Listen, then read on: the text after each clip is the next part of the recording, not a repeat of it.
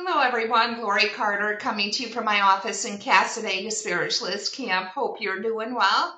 So I decided that I was going to read a blog today again because I just love them. And this one was one that I wrote early on. It's a little older and it's fun to reminisce.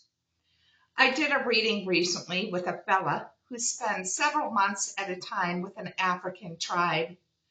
After the reading, we chatted. I learned that he helps those in the African tribe to build water lines to reach gardens and to build another church.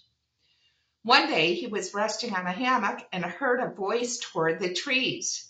He looked over and saw ascended masters, Buddha, Jesus, Saint Germain, Yogananda, Gaia, Rumi, Kuan Yin, etc. He said they were all there and he spoke with each of them. Next, he talked to me about his beliefs, which included we are just one of many galaxies, and that we receive different parts of our beings from civilizations, such as our sight from Lemurians. And finally, he told me of an African young man he spends time with, a quadriplegic who can ascend at a whim. I am definitely intrigued by this information and want to learn more. The point of this blog is these African tribe people live in a completely different life than we Americans do. I feel they are highly evolved, enlightened in a way that we can only hope to attain one day. I do not watch news. I do not have a television. I choose not to partake, although I do watch a little Netflix before I go to sleep at night. I keep in touch with friends on Facebook, so I do get snippets of news. The latest I saw was an attorney was suing over a bad call by the refs during the Rams and Saints game, which also brings me to the thought of sports are organized. And why do we care? Is there even a comparison to having food to eat or having a shelter to pray in to what team wins a game? Let that sink in for a minute. In most places of this world, we must make money to have a place to live, to pay for food to eat, to pay for transportation. You get my drift. These people in African tribes have a whole different view of life. I have to believe they are true to themselves because that's all they have. They have their knowledge and work together as a team to survive. Again, they are enlightened beings. We could learn a lot from these people. I do my best to walk my talk, to be true to my authentic self. I am grateful to have been self-employed as a writer for more than 20 years. And now as a medium for the past couple of years, which, like I said, it's been 7 or 8 years. I know what goes on in the world outside of the spiritualist camp, but I don't have to live there. I will not invite the nonsense in. I wake up each morning and send healing to all situations in need. Do I really care who wins the Super Bowl? Maybe just for a moment. That passes. Hope I gave you something to think about there. And today we are doing the Crystal Ally cards. The Crystal Path to Self-Knowledge by Nasha Ashen right here. Got my little cards out here. And I'm just going to be reading the message for each one. You know what to do. Pick 1, 2, or 3. And here we go. Number 1. Male Power, Pyrite. The message. When pyrite appears in your cards, you are being asked to seek out and employ the male aspect of yourself to resolve the current situation. This male aspect is the solar energy that resides within you, encouraging you to take the action that is indicated by your highest guidance. Pyrite speaks of movement and a time of making yourself into the light of the sun. The ability to plant new seeds and to act upon your intuition are nurtured by pyrite. This ally is calling you to begin to apply on the earth plane what you have learned by going within. It is time to manifest the creations that you have conceived by taking action and expressing your inner truth. Here we go. Chakra, earth star, and root. Affirmation.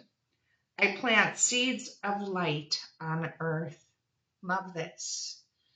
And if you chose number 2, here we go. Growth. Adventuring. The message. Adventuring has entered your cards today to signal you that a time of growth is at hand. Allow yourself to open to the changes that are coming and celebrate them as evidence that you have moved on to a new level in your life. Review the lessons that you have just learned from your experiences. Sense the old patterns melting away and take the opportunity to choose which new patterns you now wish to create. Adventuring may be calling you to accept the healing that your growth has supplied to you. It is sometimes difficult to see how much we have grown until we try an old aspect of our life that no longer fits.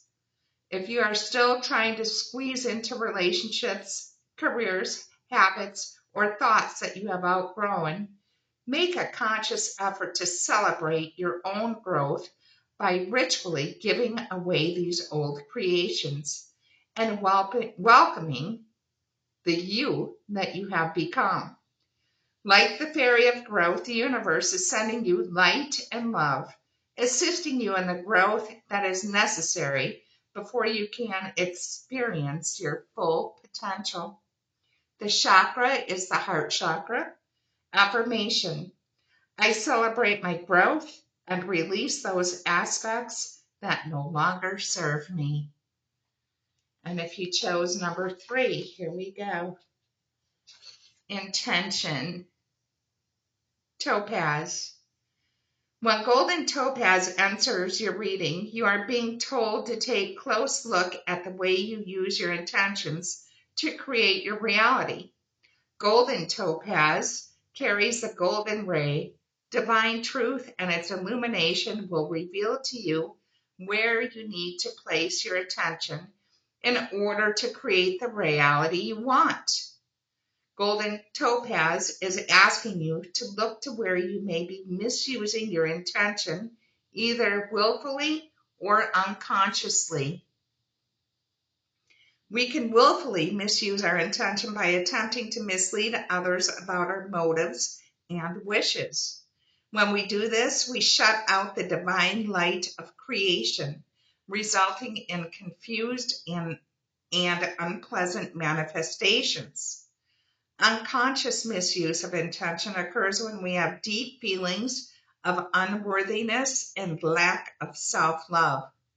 When this is the situation, we create experiences that prove our own abusive attitudes.